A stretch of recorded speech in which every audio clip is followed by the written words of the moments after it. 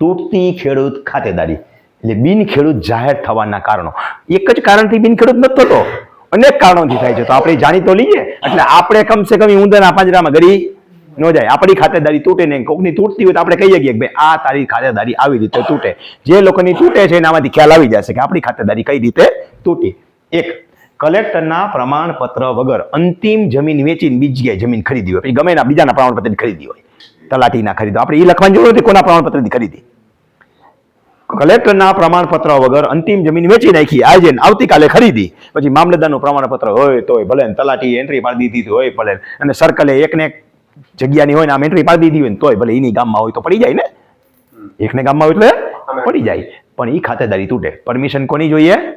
કલેક્ટરની. અને એ ખેડૂત ખાતેદાર સર્ટિફિકેટ નહીં, એ તો હવે જન્મો.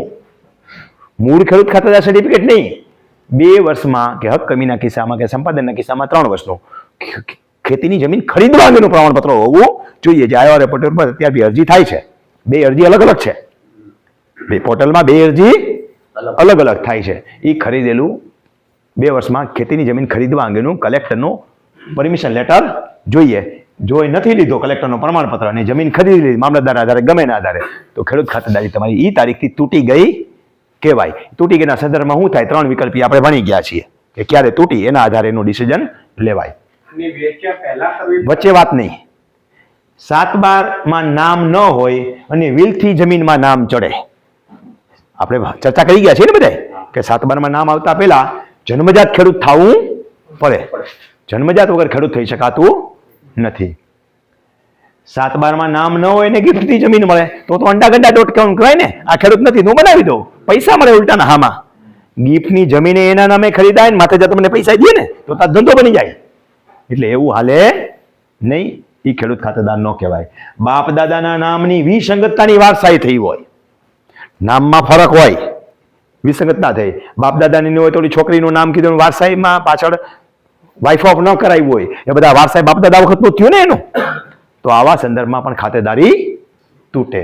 વારસાઈ નામ દાખલ થતા પહેલા જમીન ખરીદી લીધી હોય, અહીં વારસાઈ નામ દાખલ પાછી કર્યું હોય પણ એ પહેલા જમીન ખરીદી લીધી હોય. ભાઈએ કીધું એમ ખેતીની જમીન ખરીદી લીધી હોય પછી ખેડૂત ખાતેદાર સર્ટિફિકેટ કર્યું, આમાં એકનું હતું જ, ધરાહાર માયનો નહીં.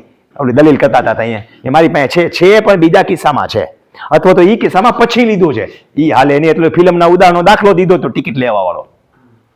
બરોબર છે. ખેતીની જમીન ખરીદતા પહેલા તમે કાયદેસરના ખેડૂત હોવાનું સરકારે તમને પ્રમાણપત્ર આપેલું હોવું જોઈએ.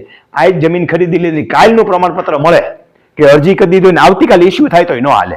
પ્રમાણપત્ર તમારા હાથમાં આવવું જોઈએ. એમાં તારીખ, દસ્તાવેજ તારીખની આગલી ડેટની હોવી જોઈએ. ઘણા અરજી કરી દીધી હોય ને પછી હરખપતુડા થઈને લઈ આવે, હવે પાછો હોશિયાર હોય, જૂની તારીખમાં ઓલો કે હું કઢાઈ આવી દઈશ 5 દી વહેલા, તો તાર દસ્તાવેજ કરી લે, પછી જૂની તારીખમાં નીકળે નહીં. એટલે કાંઈ ખોટી હોશિયારી મારવાની નહીં. પ્રમાણપત્ર હાથમાં આવી જાય પછી દસ્તાવેજ કરવાનો. હાટાખત ભલે ભલ્યો, કબજા હાટેનું હાટાખત નથી ભરવાનું પાછું, તો ખેડૂત બની ગયા. ખેડૂત પુત્ર, ખેડૂત પુત્રી, ખેડૂત પત્ની એ 2006 પછી કરી દીધું હોય તો અત્યારે હાલે છે, અત્યારે બીજે હાલે છે. એ બધાની ખાતેદારી ઈરાદાપૂર્વક તોડવામાં આવી એમ કોઈ ખોટું નથી.